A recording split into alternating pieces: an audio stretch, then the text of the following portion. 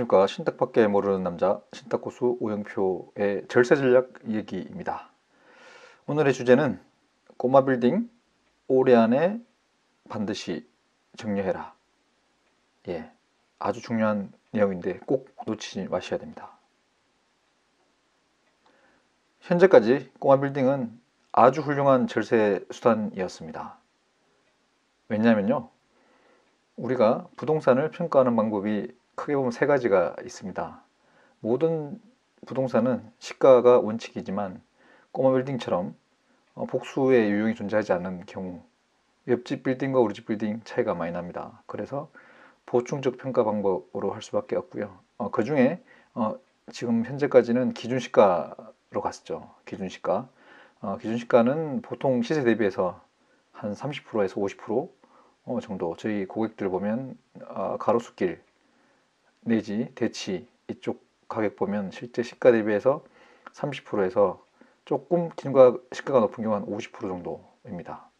예, 그러면 보통 꼬마 빌딩을 가지고 있고 현금 100억을 가지고 있다고 생각했을 때 100억을 정리한다고 하면 당연하게 현금 100억보다는 꼬마 빌딩을 정리하는 게 훨씬 유리하겠죠. 왜냐하면 현금 100억을 정리하게 되면 100억 원이 전체 과표로 잡히는 구조 이거죠. 이 100억의 세금은 아마 거의 한 40억 가까이 나오게 될 겁니다. 그런데 꼬마 빌딩 100억짜리는 보통 한 33억 정도 되는데요. 그걸 하게 되면 세금이 한 19억 정도밖에 안 나오게 될 겁니다. 당연하게 꼬마 빌딩을 정리를 해야 되겠죠. 그래서 지금까지는 많은 자산가들이 금융상품이나 금융상품으로 정리하기보다는 꼬마 빌딩을 사서 정리를 하는 그런 개념을 많이 활용을 했고, 그래서 최근 한 4, 5년 사이에 꼬마 빌딩 가격이 엄청 오르죠. 그 이유가 바로 여기에 있습니다.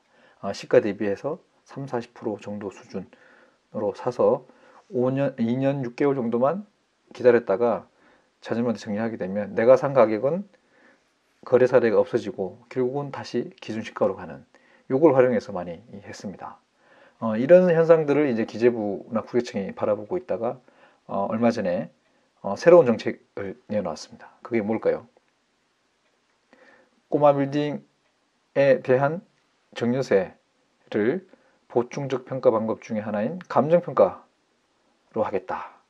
이렇게 이제 논의가 지금 되고 있고, 이미 입법에 어느 정도 예고가 나와 있고, 그 다음에 이제 예산까지 24억까지 책정해 놨습니다. 왜냐? 감정평가 비용을 국가가 납부를 해야 되죠. 그래서 24억 정도 예산 배정까지 해놓은 상태라고 합니다.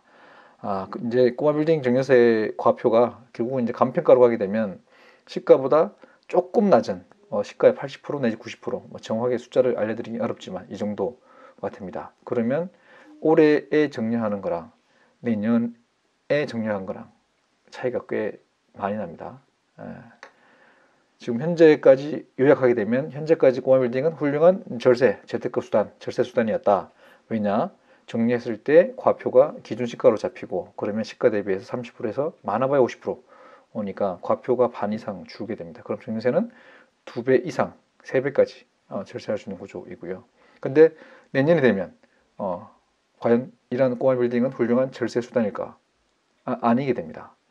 시가와 보존적 평가 방법 중에 기준시가가 아닌 감정평가로 가게 되면 결국은 시가 대비해서 8, 90% 정도 수준으로 높아지겠죠. 여러분이 만약에 꼬마 빌딩을 가지고 있는 자산가이거나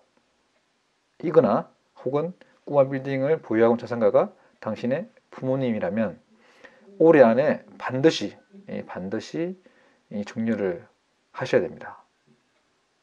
그런데 제가 경험한 바를 조금 더 좀 더 펼쳐보게 되면 자산가분들 중에 정리를 하고 싶고 정리를 하게 되면 절세가 된다는 걸 아시지만 못하시는 분들이 있습니다. 대표적으로 자녀분들이 낭비벽이 있다든지 아니면 아직은 재산관리 능력이 부족해 보인다. 경우에 따라서는 자녀분들한테 지분 정리했을 때 나중에 정리 이후에 지분 가지고 다툼이 일어날 수 있다. 이런 이제 많은 걱정거리들이 있고요. 그런 걱정거리들이 있으신 분들은 반드시 신탁을 활용하셔야 됩니다. 신탁은 부모들이 통제권을 행사하면서 정리하고 이게 이제 가능하게 되는 구조이죠. 물론 경제적 효익은 100% 자녀분한테 귀속돼야 됩니다. 임대 수입 이런 것들은 다 자녀들한테 100% 귀속이 되고, 다만 자녀들이 함부로 팔지 못하게 하고 그런 거죠. 이제 그런 장치들을 저희가 만들어 드립니다. 경우에 따라서는 담보부 차익까지도 못하게 만들어서 결국은 자녀분들이 충분하게 자라서 사회경험을 하고 결혼생활도 원만하게 하는 45 내지 50까지를 기다렸다가 정려된 자산에 대한 신탁을 풀어버리면 완전하게 자녀분들이 취득처분까지 처분 다 할 수 있게끔 만들어주는 그런 장치죠. 아주 훌륭한 장치입니다. 반드시 활용해 보시고요. 특히나 이분처럼 세제가 올해와 내년이 완전하게 바뀌는 그런 구조에 있어서는 바로 실행에 옮기시는 게 현명합니다. 그리고 또 하나는 이제 손자녀들이 주로 대상인데, 아직 공부를 할 나이에 손자녀들이 있으신 분들은 큰 금액들이 정리가 되면 그때부터는 애들이 공부를 안 할까봐, 혹은 사회 초년생을 둔 손자녀를 둔 또는 이제 자녀를 둔 분들은 마찬가지겠죠. 권리욕이 상실돼요. 열심히 하려는 의욕들이 안 생깁니다. 왜냐? 내 앞에 100억짜리 빌딩이 지금 정리되어 있다. 저 같은 경우에도 안 하겠죠. 안 할 가능성이 없습니다.